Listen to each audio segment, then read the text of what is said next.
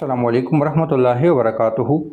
اللہم صلی علی محمد کما تحب و ترضی۔ اپنا مل خود بنے میں آپ سب کو خوش آمدید۔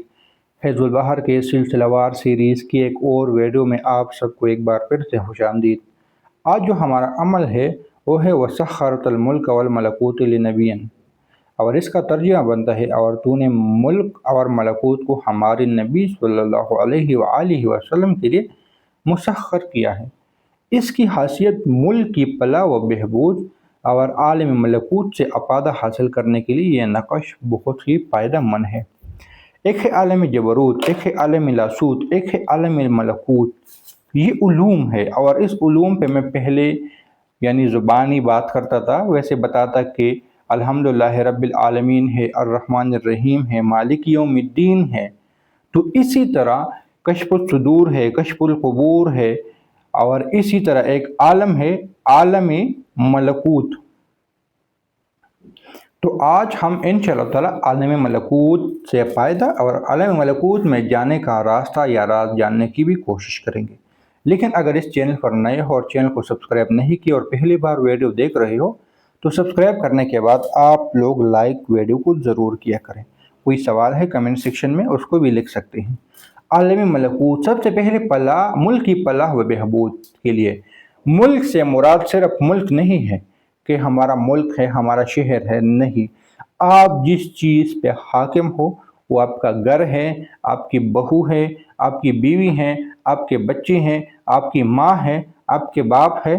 آپ جس چیز کے اوپر مالک ہو، آپ جس چیز کے حقدار ہو، آپ کے گاڑی ہیں، کوئی بھی شکل میں کوئی بھی چیز ہو سکتی ہے جو آپ کی لاج رکھتا ہو، جو آپ کی مان کرتا ہو، جو آپ کی بات کو نہ ٹالتا ہو، اس سے ان کو حفاظت دینے کے لیے، ان کو آپ نقصان سے بچانے کے لیے، ان کو فائدہ دینے اور ان سے فائدہ لینے کے لیے یہ نقش زبردست ہے، ان کو فائدہ دینے کے لیے۔ اب عالم ملکوت آتے ہیں تو یہ علوم کچھ ایسے علوم ہیں جو رجال و غیب کے ساتھ وابستہ ہے۔ اس میں یہاں پہ عالم ملکوت کی ہی بات کی ہے تو میں عالم لاہوت اور عالم جبروت کی طرف نہیں جاؤں گا، اور یہ ان علوم کے ایک علوم ہے، اور اس کی زیادہ وضاحت اس طرح کہ یہ پوشیدہ علوم میں سے ایک علوم ہے، یہ پوشیدہ علوم میں سے علوم ہے، اور اس کو جاننے کے لیے جنات بھی خود کچھ وظائف کرتے ہیں، اور ان میں سے ایک وظیفہ وَسَخَّرَتِ الْمُلْكِ وَالْمَلَكُوتِ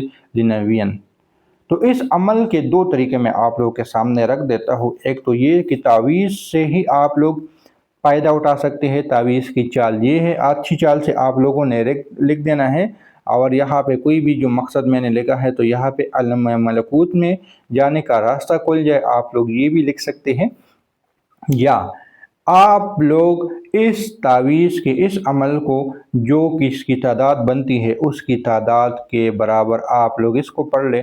اگر تعداد کے برابر نہیں پڑھ سکتے تو پھر صرف اور صرف 1100 مرتبہ 11 دن تک اس عمل کو پڑھ لے، تو جو عالم ملکوت کے دروازے ہیں وہ آپ پہ ابشار ہو جائیں گے۔ کیونکہ میں نے بہت زیادہ پیچیدہ رجال و غیب وغیرہ کی باتیں کی تھی، اور میں کوئی من گڑت باتیں نہیں کرتا جس کی وجہ سے بعض دفعہ راوی سے پردہ اٹھ جاتا ہے، جو کہ اس جگہ کے، اس علاقے کا، اس چیز کا فی الحال میں اہل نہیں ہو، تو وہ راز کی باتیں میں نہیں بتا سکتا۔